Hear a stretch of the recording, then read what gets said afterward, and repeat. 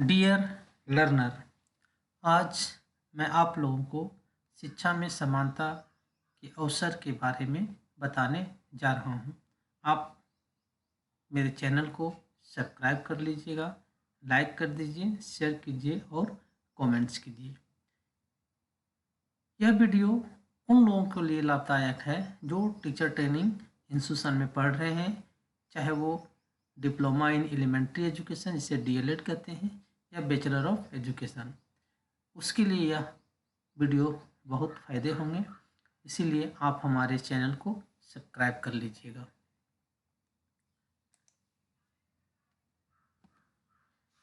जैसा कि हम जानते हैं, शिक्षा में समान अवसर की भारत सरकार ने प्रावधान किए हैं कि सबको समान अवसर दिए जाएंगे। इसके लिए बहुत सारे कानून हमारे संविधान में भी बनाए गए हैं। कुछ अवसर हमारे शिक्षा में छूट गए हैं, इसे अनुसूचित जाति, अनुसूचित जनजाति, अल्पसंख्यक वर्ग, आर्थिक वंचित वर्ग या लिंग में विविधता के कारण या सामाजिक रूप से पिछड़े या सांस्कृतिक रूप से पिछड़े लोगों की समान अवसर नहीं मिल पाता है, लेकिन फिर भी हमारे सरकार ने इनको समान अवसर देने की बात हमेशा कहते आती है। अब शिक्षा में अवसर की समानता क्या है, जो हमारा आज का टॉपिक है कि शिक्षा में अवसरों की समानता, तो इसके बारे में हम आज पढ़ेंगे। यहाँ पे एक चित्र दिया गया है, जो आप चित्र में देखते होंगे कि यहाँ पे सभी को एक जैसा समान अवसर दिया गया है। ये सर्किल में बने हुए हैं और सभी को, कोई लिंग विभेदता नहीं है, न कोई एज बॉन्ड है, न कोई धर्म बॉन्ड है, और उसमें इक्वल अपॉर्चुनिटी फॉर ऑल, ने सब के लिए शिक्षा समान रूप से उपलब्ध कराने की बात कही गई है। अब इसी में दिया हुआ है कि सभी नागरिकों को समान अधिकार होते हैं। क्या अधिकार होते हैं? कि वो शिक्षा को प्राप्त करें तथा सभी को विकास हेतु समान अवसर भी प्रदान की जाती है। साथ साथ शिक्षा विकास तथा सामाजिक परिवर्तन एक सशक्त साधन है। जब तक हम समाज को कैसे परिवर्तन करेंगे? हम समाज को परिवर्तन शिक्षा के माध्यम करेंगे, और एक यही सशक्त साधन है जो शिक्षा में परिवर्तन ला सकता है और समाज को भी बदल सकता है। यदि हमारा समाज बदलेगा तो हमारा समाज सशक्त होगा। इसीलिए शिक्षा को सशक्त साधन कहा गया है समाज में परिवर्तन के लिए। अब यहाँ पे शिक्षा द्वारा समाज में परिवर्तन कैसे लाया जाए? जब तक हमारा समाज शिक्षित नहीं होगा तब तक हमारा समाज में परिवर्तन नहीं हो पाएगा। अब समाज की समस्याओं को समाधान तभी किया जाएगा जब हम सभी लोग शिक्षित होंगे। हमारे शिक्षा के सभी समान अवसर, सभी व्यक्ति के लिए शिक्षा उपलब्ध होगा। अब राष्ट्र की व्यवस्था शिक्षित नागरिकों पर आधारित होती है कि हमारे राष्ट्र की जो शिक्षित नागरिक हैं उसको कैसे व्यवस्थित करें। और भारतीय संविधान में क्या किया गया है कि सबों को शिक्षा के समान अवसर उपलब्ध कराया गया है, और ये समान अवसर उपलब्ध कराने की जो जिम्मेदारी था, उत्तरदायित्व था, समाज कल्याण मंत्रालय का था। परंतु क्या हुआ, अब इसका जो जिम्मेवारी है अभी शिक्षा मंत्रालय को दिया गया है, जिसका पूर्व नाम जो था, अभी वर्तमान नाम है शिक्षा मंत्रालय और पूर्व नाम था मानव संसाधन विकास मंत्रालय। अभी इसका पूरा नाम जो है शिक्षा मंत्रालय के रूप में कहा गया है, और इसका ही शिक्षा को मुख्य धारा से जोड़ने के लिए अधिकृत किया गया था। अब यहाँ पे देखा जाए तो शिक्षा के अवसरों की समानता का क्या अर्थ होता है, वो अर्थ के बारे में हम लोग पढ़ेंगे। तो यहाँ पे है कि शिक्षा की समानता का समान अर्थ है देश के सभी बच्चे, यहाँ पर देखिए सभी बच्चे, कहाँ का? देश का, जो हमारा देश है उसके सभी बच्चों को बिना किसी भेदभाव, क्या नहीं करना है? भेदभाव नहीं करना है, उसकी शिक्षा प्राप्त करने का समान अवसर देना है।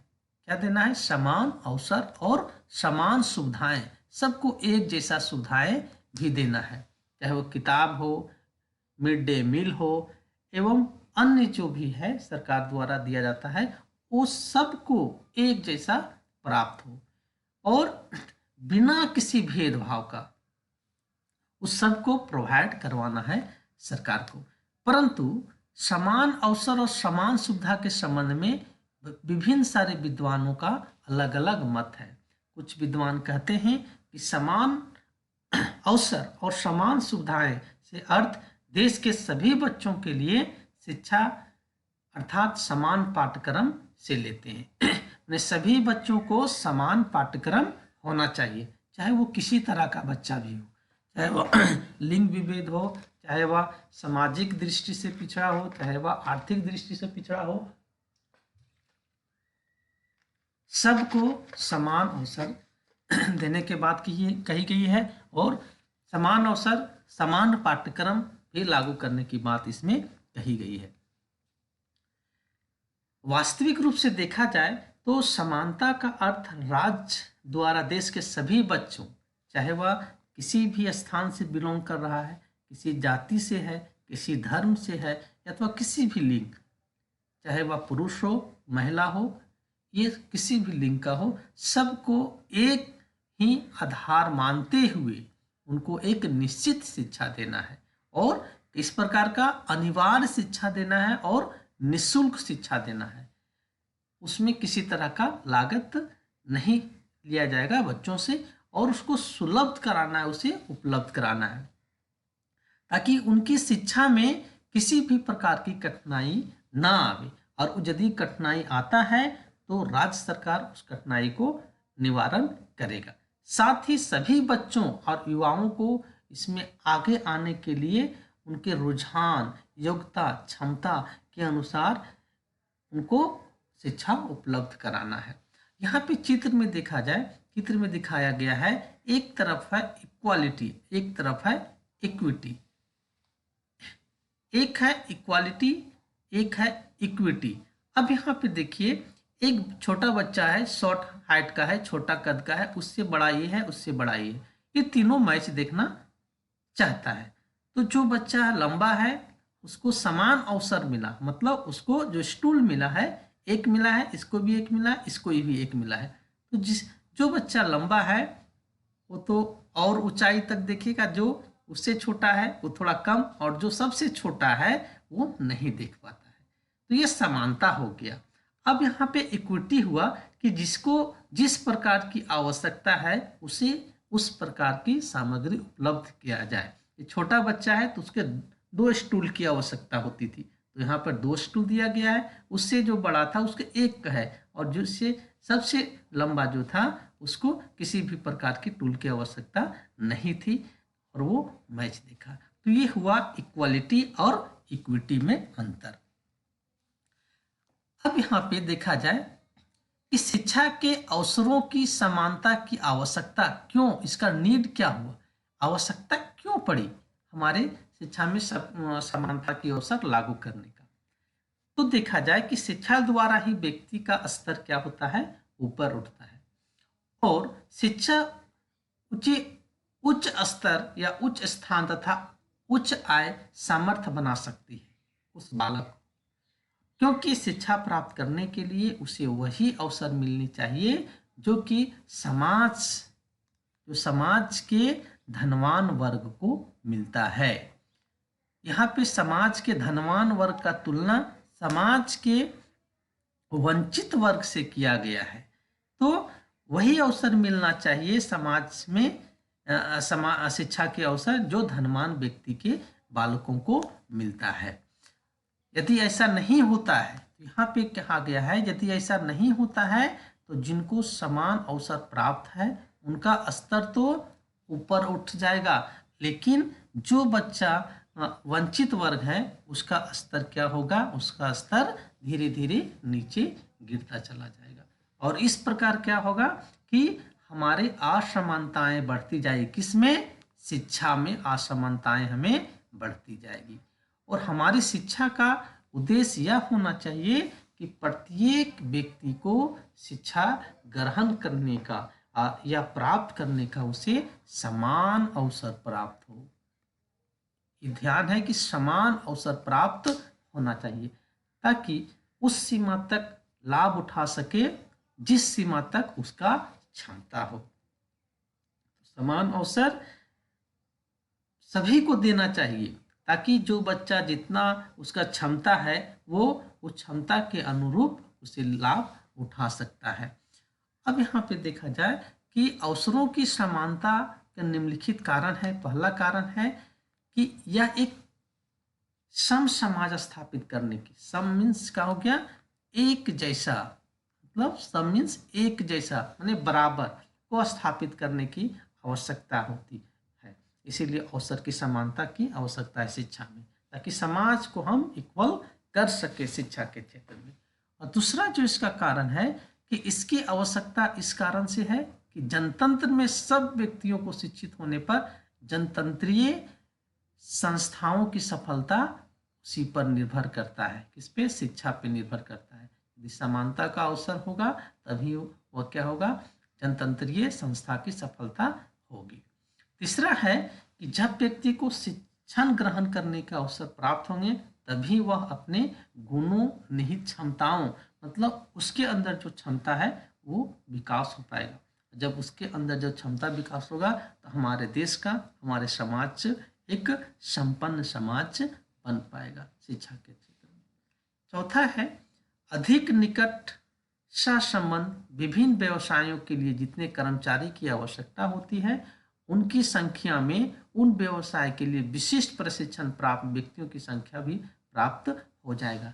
जो इक्वालिटी जब आ जाएगा शिक्षा में तो जिस व्यवसाय में जितने कर्मचारी की आवश्यकता होती है उसकी संख्या भी पूर्ण रूप से मिल पाएगा। अब शिक्षा के अवसर के समान अवसर कराने की क्या क्या समस्याएं अभी हो रही है और समाज में है। तो अवसर है कि भारत में अनेक विद्यालय हैं। अब सभी विद्यालय जो हैं, बहुत सारे विद्यालय हैं, किसी संप्रदाय या संप्रदाय द्वारा विकसित किया गया है या निर्मित किया है। अब जो उसमें शिक्षक को नियुक्त किया जाता है, अध्यापक को चुना जाता है, उसी संप्रदाय के लोग होते हैं, उसी वर्ग के लोग को अक्सर चुना जाता है। और यहाँ पे क्या है कि पब्लिक स्कूल के नाम से जो विद्यालय जाने जाते हैं उसमें तो क्या होते हैं कि धनवान व्यक्ति के बच्चे लोग पढ़ते हैं और पब्लिक स्कूल में कमजोर वर्ग के बालक नहीं पढ़ पाते हैं, क्योंकि इतनी पब्लिक स्कूल में फीस होती है, उसका भरण करना एक साधारण फैमिली का बस की बात यहाँ पे नहीं हो पाती है।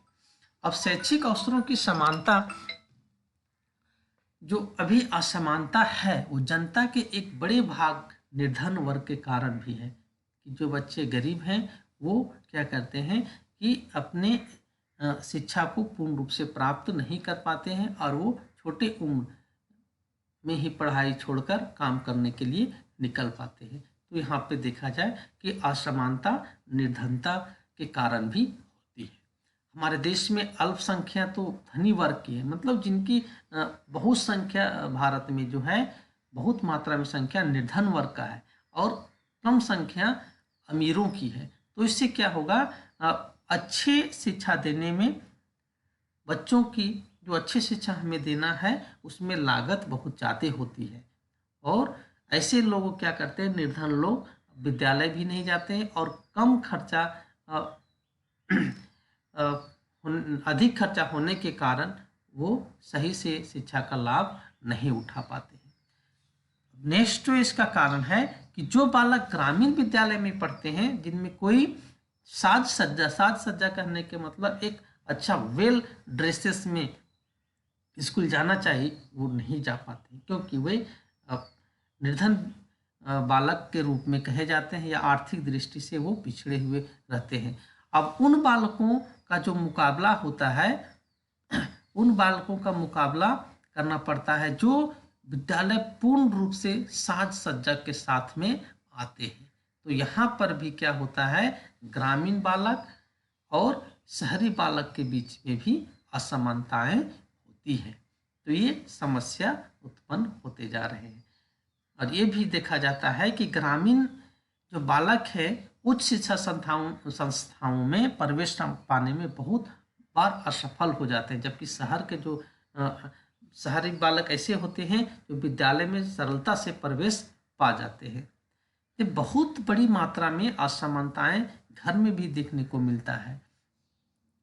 एक बालक जो ग्रामीण घर में रहता है और एक बालक जो शहरों की मलिन बस्ती में रहता है, उसको वही अवसर प्राप्त नहीं है जो बालक को प्राप्त है।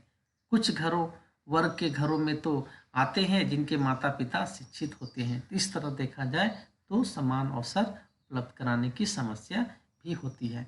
और ये भी देखा जाता है कि भारत में लिंग भेद के आधार पर भी असमानताएं हैं।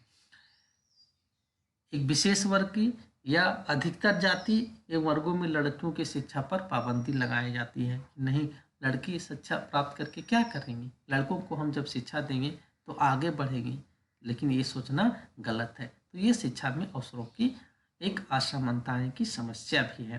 फिर अनुसूचित जाति के लिए एक दूसरे समाज के कमजोर वर्ग के लिए शिक्षा व्यवस्था अति निम्न स्तर की है। वर्ग न तो अच्छे ऐसे वर्ग को न तो अच्छे विद्यालय में अपने बालकों को भेज सकते हैं, न सुरक्षा पथ प्रदर्शन अपने बालकों को कर सकते हैं, जो अन्य वर्ग के लोग करते हैं। अब शिक्षा के समान अवसर से जो वंचित वर्ग के हैं वो कौन कौन से समूह के रूप में हैं? पहला है अनुसूचित जाति के लोग एवं जनजाति के लोग, दूसरा असमर्थी बालक, तीसरा महिला समूह और चौथा अल्पसंख्यक समूह। तो यहाँ पे क्या देखा जाए कि स्वतंत्रता प्राप्ति के बाद भी भारत में शिक्षा पर विशेष ध्यान दिया जा रहा है। इसमें कई ऐसे वर्ग भी हैं जिनमें किसी कारण से बस आज शिक्षा के समान अवसर नहीं मिल पा रहे हैं। अब ये कारण चाहे वह आर्थिक दृष्टि से होता है, सामाजिक दृष्टि से होता है, संस्कृति दृष्टि से होता है, किसी भी प्रकार के हो सकते हैं, परंतु इन वर्गों को अभी भी शिक्षा पूर्ण अधिकार नहीं मिल पा रहा है। भारतीय संविधान ने सभी वर्गों के लिए और विशेषकर इन वर्गों के लिए शिक्षा के प्रमुख प्रावधान किए गए हैं और इनको शिक्षा में समानता लेने के लिए बहुत सारे आयोगों का भी निर्माण किए हैं और समितियों के भी भारत सरकार ने निर्माण किए हैं, जिससे इसमें लोगों को कुछ कुछ अवसर मिल रहे हैं। उसी में एक आया है अनुसूचित जनजाति और जनजाति के समान अवसर या उनकी समस्याओं पर ध्यान देते हुए एक ढेबर समिति। बहुत सारे समिति आया जिसमें एक प्रमुख है ढेबर समिति, जो 1961 में आया था। 60-61 में ढेबर समिति आया हुआ था। इन ढेबर समितियों ने अनुसूचित जाति और जनजाति के लोगों को स्थिति की समस्याओं को अध्ययन करने के लिए श्री UN ढेबर की अध्यक्षता में सन 1960-61 कब बना था? 60-61 में एक समिति का गठन किया गया था, जिसका नाम दिया गया था ढेबर समिति। अब इस समिति ने अपनी रिपोर्ट में केंद्रीय सरकार और राज्य सरकारों को इसके लिए विशेष कार्यक्रम बनाने चाहिए या एक सुझाव दिए थे। ढेबर समिति ने इन समितियों को बच्चों के लिए आवासीय आश्रय स्कूलों का विस्तार करने पर भी बल दिया था, क्योंकि स्कूल में इनके लिए उपयोगी है और ये स्कूल केवल आवासीय स्कूल में ही नहीं वरना ये इनके वास्तविक संस्कृति केंद्र भी है। ढेबर समिति का जो प्रमुख प्रस्तुतियां थी वो पहला जो प्रस्तुतियां हैं उनका इन विद्यालयों में पुस्तकें, लेखन सामग्री, वस्त्र और मध्याह्न भोजन निःशुल्क व्यवस्था की जानी चाहिए। ये इनका पहला सुझाव दिए थे। दूसरा सुझाव था कि इन विद्यालय में किसी क्राफ्ट या कौशल का ज्ञान प्राप्त करने पर बल दिया गया था, जिसको हम लोग हैंड क्राफ्ट बोलते हैं, मतलब हाथों से निर्मित करने का कौशल पर इन्होंने बल दिया था। लेकिन अनुसूचित जनजाति के बालकों की शिक्षा में उनकी भाषाओं को ही महत्व दिया जाना चाहिए। जो अनुसूचित जनजाति या ट्राइबल लोग जिस क्षेत्र में रहते हैं उनका भाषा क्या है उसी के माध्यम से उन्होंने शिक्षा देने की बात कहे थे। चौथा था कि इन विद्यालयों में नियुक्त अध्यापकों को भी इन जातियों के जीवन और संस्कृति से पर्याप्त ज्ञान होना चाहिए, क्योंकि उस शिक्षक उनकी संस्कृति के बारे में बता पाएंगे, उनके जीवन के बारे में बता पाएंगे। इसीलिए इन विद्यालयों में वैसे शिक्षकों को नियुक्त करना चाहिए जो इनके जातियों के जीवन और संस्कृति से रूबरू हो, उनके जानकारी प्राप्त हो। और पांचवा जो है कि इन विद्यालयों में नियुक्त अध्यापक के लिए आवास और अतिरिक्त भत्तों की व्यवस्था की जानी चाहिए, क्योंकि इन विद्यालय ऐसे विद्यालय का निर्माण हमें देहात क्षेत्र में या ट्राइबल एरिया में स्कूलों का निर्माण करना है, तो वहाँ पे शिक्षक को जाने के लिए अतिरिक्त भत्ते की आवश्यकता होगी और वहाँ पे आवास की व्यवस्था होनी चाहिए। ये इन्होंने लेबर समिति ने सुझाव दिए थे। अब असमर्थी बालकों का समूह। असमर्थी बालक किसे कहते हैं? जिसके हम लोग क्या कहेंगे, इस बालक को दिव्यांग बालक भी कहते हैं। या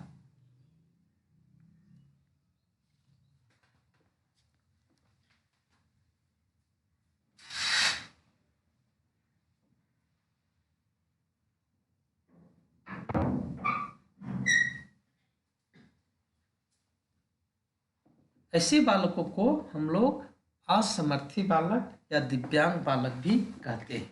तो दिव्यांग बालक उस बालक को कहते हैं कि किसी कारणवश, चाहे वो शारीरिक हो, मानसिक हो, संवेगात्मक हो या सामाजिक दोष हो, जिनके कारण उन्हें पूर्ण उपलब्धियां नहीं मिल पाती है और कुछ उसमें वंचित रह जाते हैं ऐसे बालक किसी क्षेत्र में, तो उसमें कोठारी आयोग ने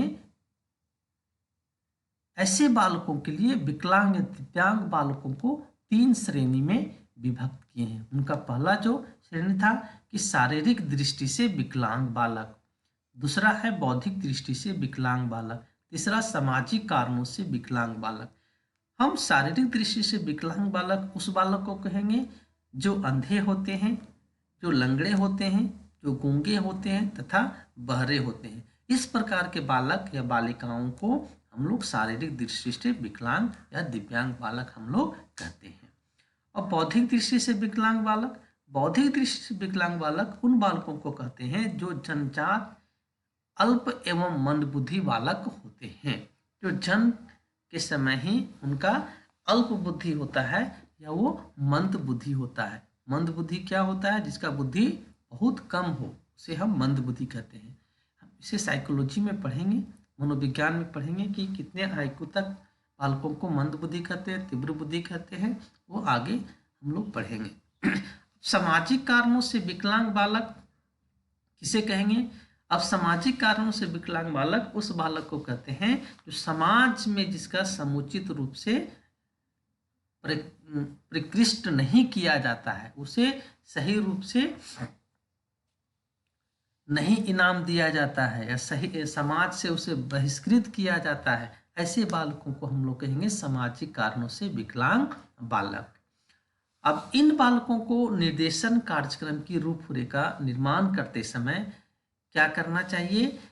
इनका अलग एक वर्गीकरण पाठ्यक्रम का निर्माण करना चाहिए तथा जन्मजात जो बालक है, जो अपंग बालक है, जन्म के उपरांत अपंग हो, इस वर्गीकरण के पश्चात निर्देशन प्रदाता को निर्देशन के क्षेत्रों में अपंग बालकों की योग्यताओं और अपेक्षाओं की दृष्टि से रखकर विशिष्ट निर्देशन का रूपरेखा बनाना चाहिए, ताकि उसी निर्देशन के आधार पर उसी जो रूपरेखा के आधार पर हम उसे निर्देशित कर सकें। क्योंकि सभी, चाहे वो शारीरिक दृष्टि से हो, बौद्धिक दृष्टि से हो या सामाजिक दृष्टि से हो, उनके लिए सभी को अलग अलग निर्देशन की आवश्यकता होती है। इसीलिए इन बालकों के लिए जो निर्देशन का रूपरेखा है अलग अलग बनाना चाहिए। इसके अतिरिक्त अपंग व्यक्तियों के समान आदर सहानुभूति की दृष्टि से देखा जाना चाहिए। कभी कभी समाज में होता है कि अपंग व्यक्ति को हम लोग हे दृष्टि से देखते हैं, ऐसा नहीं होना चाहिए। उस बच्चों को या उस व्यक्ति को हमें सम्मान देना चाहिए, आदर देना चाहिए और हमें सहानुभूति पूर्वक उसे देखना चाहिए। अब आता है नारी शिक्षा। भारत में नारी शिक्षा पर बहुत अधिक बल दिया जाता है, क्योंकि नारी शिक्षा, नारी को शिक्षा देने से समाज का उत्थान होता है।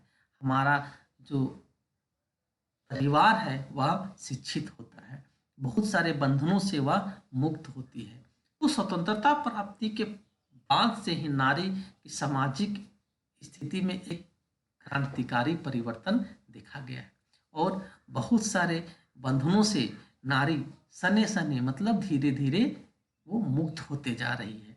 और वंचित उसे वंचित कर दिया जाता था पहले कि शिक्षा प्राप्त नहीं, आपको अधिकार नहीं है, लेकिन अब ऐसा नहीं है। उसे शिक्षा प्राप्त करने का अधिकार भी प्राप्त हुआ, उसे हर कामों को करने के लिए समान अवसर दिया जितना कि पुरुषों के लिए है।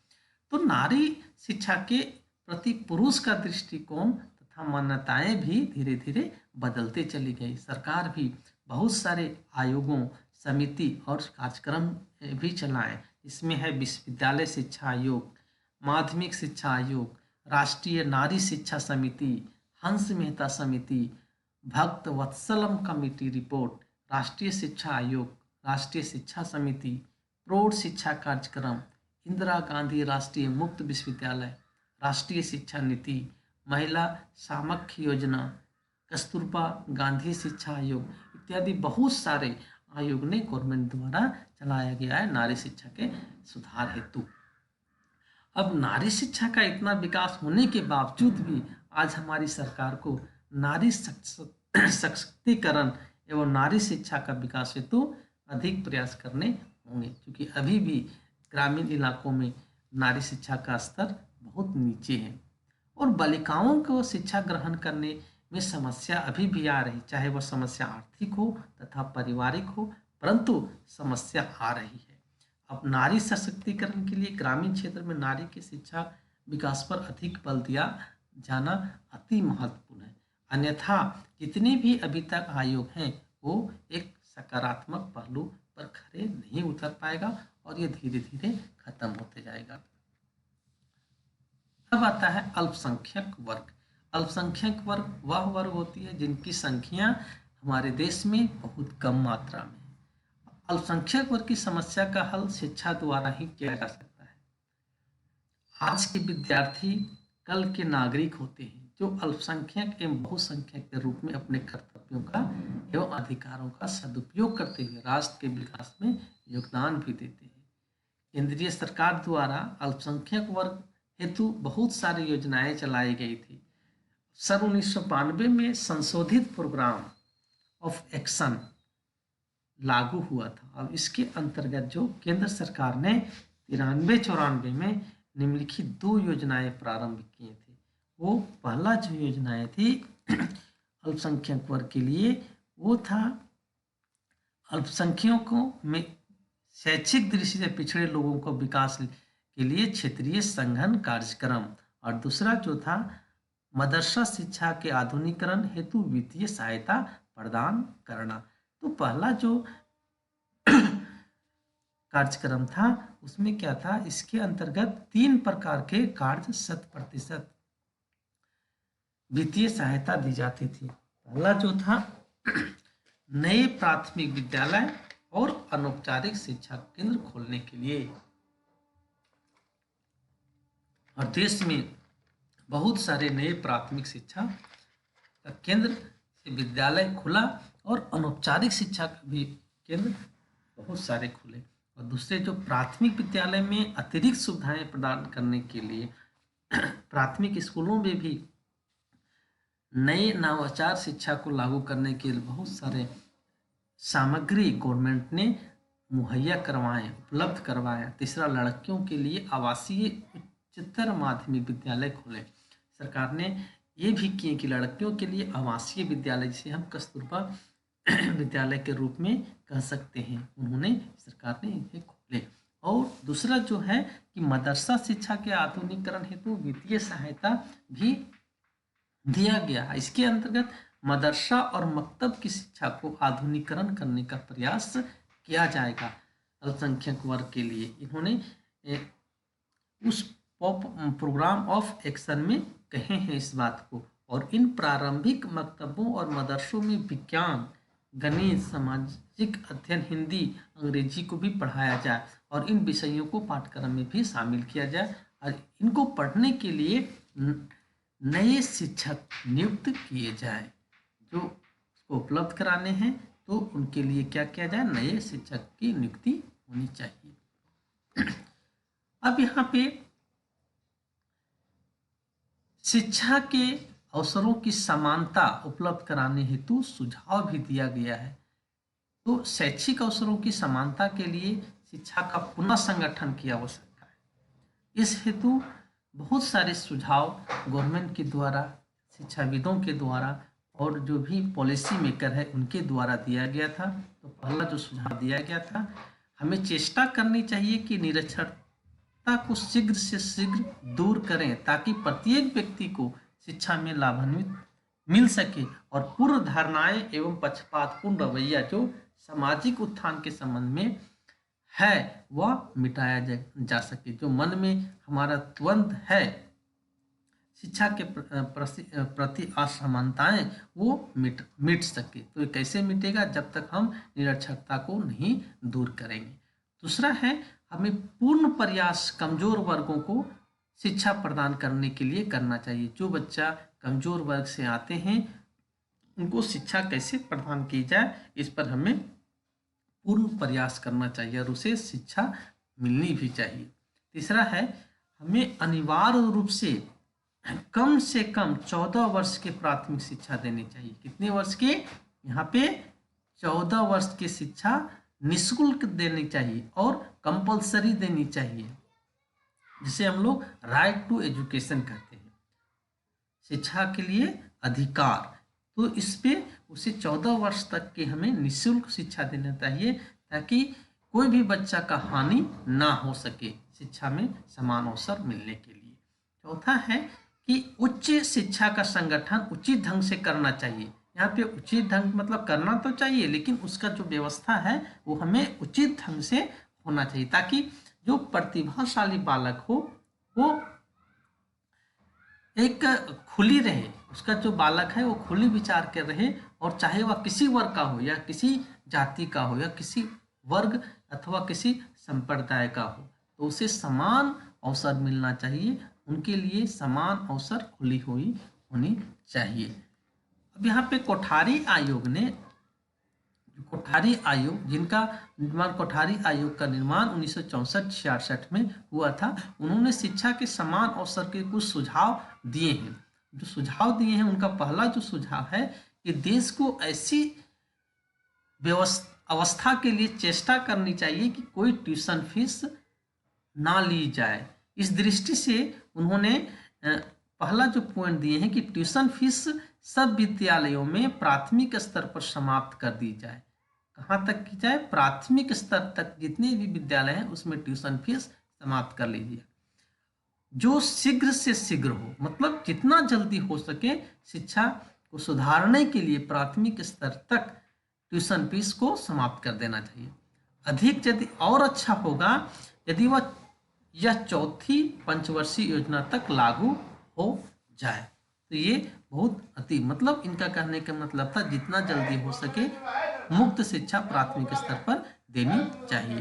अब दूसरा जो इन्होंने दिए थे कि ट्यूशन फीस से लेकर कि सब माध्यमिक विद्यालय में ट्यूशन फीस भी समाप्त कर दी, प्राथमिक के बाद माध्यमिक, अधिक अच्छा हो तो 5वीं पंचवर्षीय योजना तक इसको भी समाप्त करना चाहिए। और तीसरा जो है कि अगले 10 वर्षों तक मुख्य प्रयास कि उच्चतर माध्यमिक विद्यालय के लिए होना चाहिए कि उन विद्यार्थियों को जिनकी आवश्यकता है, जो योग्य है, फीस माफ कर दी जाए। जो हम लोग इक्विटी और इक्वलिटी के बारे में बताए थे, जिनकी योग्यता है, जिनकी आवश्यकता है, उसे फीस हम माफ कर सकते हैं। कब होगा लागू, उच्चतर माध्यमिक विद्यालयों के लिए। जो बच्चा गरीब वर्ग से आता है उसे फीस में माफी के सुझाव इन्होंने दिए हैं। अब दूसरा जो इन्होंने सुझाव दिए हैं कि प्राथमिक स्तर पर निःशुल्क पाठ्य पुस्तकें और लिखने की सामग्री बालकों को निःशुल्क दी जाए, जो अभी दिया जा रहा है राइट टू एजुकेशन के तहत। RTE, राइट टू एजुकेशन का हम लोग क्या कहते हैं, RTE, राइट टू एजुकेशन, शिक्षा का निःशुल्क अधिकार जिसे हम लोग कहते हैं। तीसरा जो पॉइंट है कि बच्चों को आवागमन की सुविधाएं सोच समझकर प्रदान की जाए, ताकि हॉस्टल और छात्रवृत्ति पर कम खर्च आए। बच्चा, बहुत सारे बच्चे जो है बहुत ग्रामीण इलाके से आते हैं, शहर में रहते हैं, तो उनके लिए हॉस्टल की व्यवस्था होनी चाहिए और छात्रवृत्ति होनी भी चाहिए, क्योंकि जो बच्चे के हैं वो कम, उसका कुछ सहायता मिल सके छात्रवृत्ति के माध्यम से, और हॉस्टल में उसे अच्छे पौष्टिक भोजन भी देने की इन्होंने बात किए थे।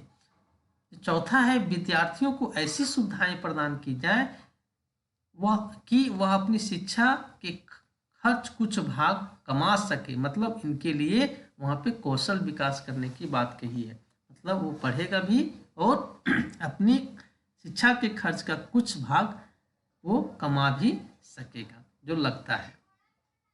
पांचवा है कि छात्रवृत्ति की स्कीम को खुले तौर पर बढ़ा दिया जाए।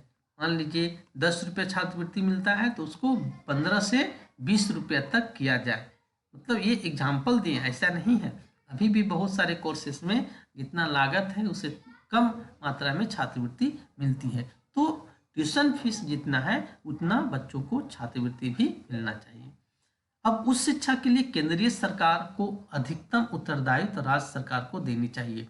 जो उस शिक्षा जो बच्चों को मिलता है उसका ज़्यादा केंद्र सरकार से ज़्यादा हमें राज्य सरकार को उत्तरदायित्व देनी चाहिए। ये इनका कोठारी कमीशन का एक सुझाव दिए थे। छठा जो सुझाव दिए थे कि विभिन्न राज्यों के शैक्षिक विकास में बहुत भिन्न भिन्न है, जितने भी राज्य सबका अलग अलग है शैक्षिक विकास, और यह जिला स्तर और पर अधिक बढ़ जाता है। जिला स्तर पर यदि जाते हैं तो भी विभिन्नताएं धीरे धीरे बढ़ती जाती है, और जो ये विभिन्नताएं हैं उसे हमें कम करना चाहिए। उन्हें एक जैसा सबको शिक्षा का विकास होना चाहिए। राष्ट्रीय शिक्षा नीति 1986, राष्ट्रीय शिक्षा देश का आजादी के बाद पहला राष्ट्रीय शिक्षा नीति बना था। दूसरा राष्ट्रीय शिक्षा नीति है, एक 68 में हुआ था और ये दूसरा जो है 1986 में हुआ था, कि शिक्षा के समान अवसर हेतु इन्होंने कुछ सुझाव दिए हैं। पहला जो इनका सुझाव है कि महिलाओं की समानता हेतु शिक्षा, महिलाओं को शिक्षा देना चाहिए तभी उनमें समानता आ सकती है। दूसरा है अनुसूचित जातियों की शिक्षा, ये भी देनी चाहिए। और तीसरा जो सुझाव दिए हैं कि अनुसूचित जनजातियों की शिक्षा। चौथा है शैक्षिक व्यवस्था, पिछड़े अन्य वर्ग तथा कार्यक्रम के लिए शिक्षा, और अल्पसंख्यक वर्ग के लिए शिक्षा, विकलांग जिसको हम लोग दिव्यांग कहते हैं उसके लिए शिक्षा, और प्रौढ़ तथा सतत शिक्षा। ये सभी सुझाव दिए थे राष्ट्रीय शिक्षा नीति 1986 में। इन्होंने लक्ष्य भी रखा था, सुझाव के साथ उन्होंने लक्ष्य भी रखा था कि हम ये सभी को सुधार करेंगे। धन्यवाद। वीडियो आपको कैसा लगा जरूर